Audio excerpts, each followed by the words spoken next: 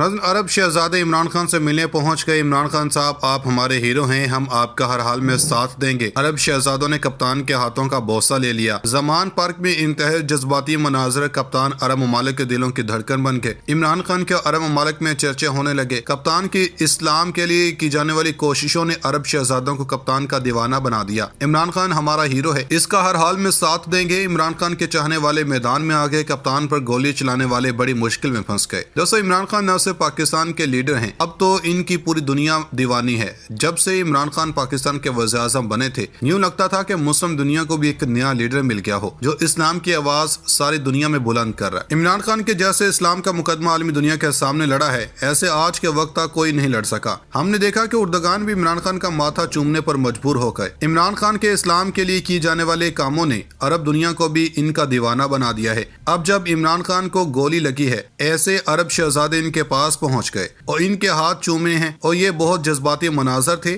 جس نے عمران خان کو اس وقت اسلامی دنیا کا عظیم لیڈر ثابت کیا۔ عمران خان نے ایک بار پھر 57 اسلامی ممالک کا دل جیت لیا۔ امیر قطر اور بحرین ایسے متاثر ہوئے کہ کپتان کو مان گئے۔ پاکستان کی تاریخ کا ایسا دن کہ ہر پاکستانی خوشی سے جھوم اٹھا، کپتان وزیر اعظم ہوں یا نہیں، لیکن 57 اسلامی ممالک نے اپنا فیصلہ سنا دیا۔ کپتان کی سربراہی میں اور اجلاس ترک صدر اور ولی عہد محمد بن سلمان بھی خان کے بغیر نہ رہ سکا۔ عمران خان کا ویڈیو لنک پر دھماکے دار خطاب، امپورٹڈ حکومت منہ دیکھتی رہ گئی اور خان پھر سے بازی لے گیا، بین الاقوامی سطح پر ایک اور تاریخ رقم کر دی۔ کپتان نے پاکستان کی نمائندگی کرنے کا حق ادا کر دیا۔ OIC نے کپتان کو ہی وزیر اعظم بنانے کے لیے پھر کوششیں شروع کر دی۔ پاکستان کو اگر کوئی بچا سکتا ہے تو وہ صرف کون ہے؟ 57 اسلامی ممالک نے پوری دنیا کے سامنے بڑا بیان جاری کر دیا۔ فلسطین اور کشمیر سے بھی کپتان کے حق میں دعائیں شروع۔ اردگان، عمران خان اور مہاتیر محمد نے جس مشن کی بنیاد رکھی تھی، اس کو پورا کرنے کا وقت آ گیا۔ تمام عرب ممالک کا عمران خان کی سربراہی میں اب تک کا بڑا کام کرنے کا فیصلہ۔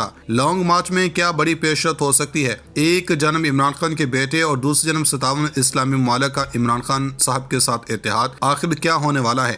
آج کی اس ویڈیو میں اس سے متعلق تمام تفصیلات سے آپ کو آگاہ کریں گے۔ ناظرین گرامی، کہتے ہیں کہ ظلم کی رات کتنی ہی لمبی کیوں نہ ہو، رات ہی ہوتی ہے۔ ایک دن ضرور آزادی کا سورج طلوع ہو کر ہی رہتا ہے۔ پاکستان کے سابق وزیر اعظم عمران خان نے اسلام آباد میں اسلامی تعاون تنظیم کے وزراء خارجہ کی کونسل کے 48ویں اجلاس سے خطاب کرتے ہوئے کہا تھا کہ ہمیں یہ اعتراف کرنا پڑے گا کہ فلسطینیوں اور کشمیریوں کو ہم نے مایوس کیا۔ مجھے یہ کہتے ہوئے افسوس ہو رہا ہے کہ ہم اس حوالے سے کوئی اثر قائم نہیں کر سکے۔ ہمیں سنجیدہ نہیں لیا جاتا۔ 1.5 ارب مسلم آبادی ہونے کے باوجود ہم اس ظلم کو روکنے میں ناکام رہے۔ ان کا کہنا تھا کہ تمام مسلمان ممالک کی اپنی اپنی خارجہ پالیسی ہے، لیکن OIC کے اس پلیٹ فارم کے ذریعے کم از کم ان بنیادی ایشوز پر ہمیں متفقہ پالیسی اپنانے کی ضرورت ہے۔ کپتان نے کہا تھا کہ جب تک ہم 1.5 ارب مسلمان متحد نہیں ہو جاتے، تب تک ہمیں سنا نہیں جائے گا۔ ناظرین، عمران خان نے کہا کہ میں بہت خوش ہوں کہ پہلی بار عالمی سطح پر یہ ادراک کیا جا رہا ہے کہ اسلاموفوبیا ایک حقیقت ہے۔ اس حوالے سے اقدامات اٹھانے کی ضرورت ہے۔ انہوں نے کہا کہ OIC اجلاس پاکستان کی 75ویں سالگرہ کے موقع پر ہو رہا تھا۔ OIC رکن ممالک کے وزراء خارجہ کی آمد پر ان کا مشکور ہوں۔ ان کا کہنا تھا کہ اقوام متحدہ نے 15 مارچ کو اسلاموفوبیا کے خلاف عالمی دن قرار دیا۔ اس کے لیے 15 مارچ کا انتخاب اس لیے کیا گیا کیونکہ 15 مارچ کو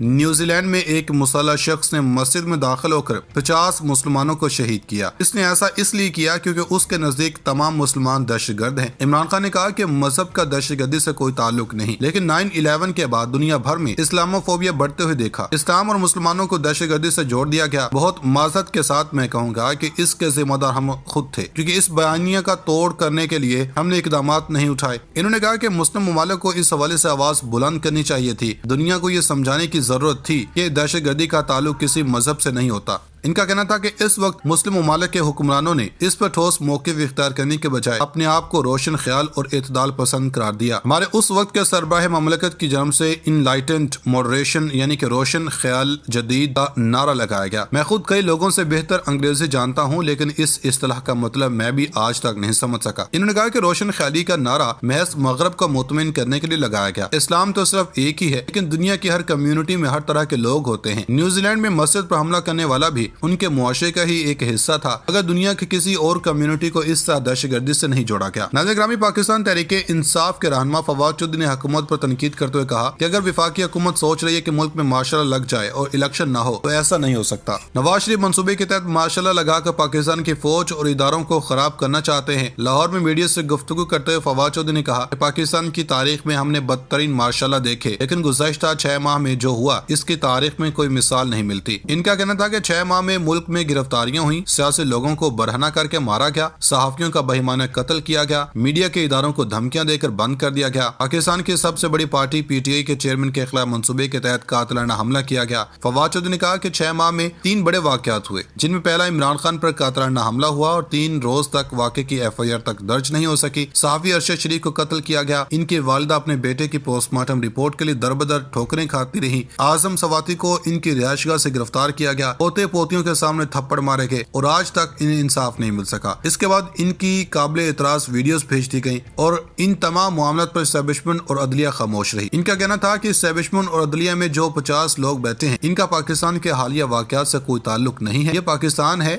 یا ہم فاشسٹ ریاست میں تبدیل ہو چکے ہیں۔ ناظرین، پاکستان تحریک انصاف کے چیئرمین نے کہا کہ یہ لندن میں فیصلہ ہوا کہ آرمی چیف کس کو لگانا تھا۔ لالا موسیٰ میں لانگ مارچ کے شرکا سے ویڈیو لنک کے ذریعے عمران خان نے خطاب میں کہا تھا کہ ہماری نیشنل سیکیورٹی کے سب سے اہم عہدے کا فیصلہ لندن میں ہوتا ہے، اور ان کے مطابق ڈیلی میل نے شہباز شریف کی چوری پر سنگین الزامات لگائے۔ یہ ماضی میں ججز کو ٹیلی فون کرتے رہے، انہیں خریدتے رہے، شہباز شریف کو پتہ نہیں کہ وہ کدھر پھنس گئے ہیں، اب ان کو عدالت میں سب بتانا پڑے گا۔ وزیر اعظم شہباز شریف ان دنوں لندن میں مقیم تھے، جہاں ان کی اپنے بڑے بھائی اور پارٹی قائد نواز شریف اور مریم نواز سے ملاقاتیں بھی ہوئی تھیں، اور ان ملاقاتوں کے حوالے سے وزیر دفاع خواجہ اصف نے ایک ٹویٹ میں کہا، میڈیا میں قیاس آرائیاں ہو رہی کہ لندن میں نواز شریف میٹنگ میں آرمی چیف کی تقرری کے حوالے سے کوئی فیصلہ ہوا تھا۔ اس سلسلے میں مشاورت ضرور ہوئی تھی، لیکن فیصلہ شہباز شریف کا خود کا تھا۔ پاکستان کی سب سے بڑی پارٹی پی ٹی آئی کے چیئرمین کے خلاف منصوبے کے تحت قاتلانہ حملہ کیا گیا۔ فواد چودھری نے کہا کہ 6 ماہ میں 3 بڑے واقعات ہوئے، جن میں پہلا عمران خان پر قاتلانہ حملہ ہوا اور 3 روز تک واقعے کی ایف آئی آر تک درج نہیں ہو سکی۔ صحافی ارشد شریف کو قتل کیا گیا، ان کی والدہ اپنے بیٹے کی پوسٹ مارٹم رپورٹ کے لیے در بدر ٹھوکریں کھاتی رہی، اعظم سواتی کو ان کی رہائش گاہ سے گرفتار کیا گیا، پوتے پوتیوں کے سامنے تھپڑ مارے گئے اور آج تک انہیں انصاف نہیں مل سکا۔ اس کے بعد ان کی قابل اعتراض ویڈیوز بھیج دی گئیں اور ان تمام معاملات پر اسٹیبلشمنٹ اور عدلیہ خاموش رہی۔ ان کا کہنا تھا کہ اسٹیبلشمنٹ اور عدلیہ میں جو 50 لوگ بیٹھے ہیں ان کا پاکستان کے حالیہ واقعات سے کوئی تعلق نہیں ہے، یہ پاکستان ہے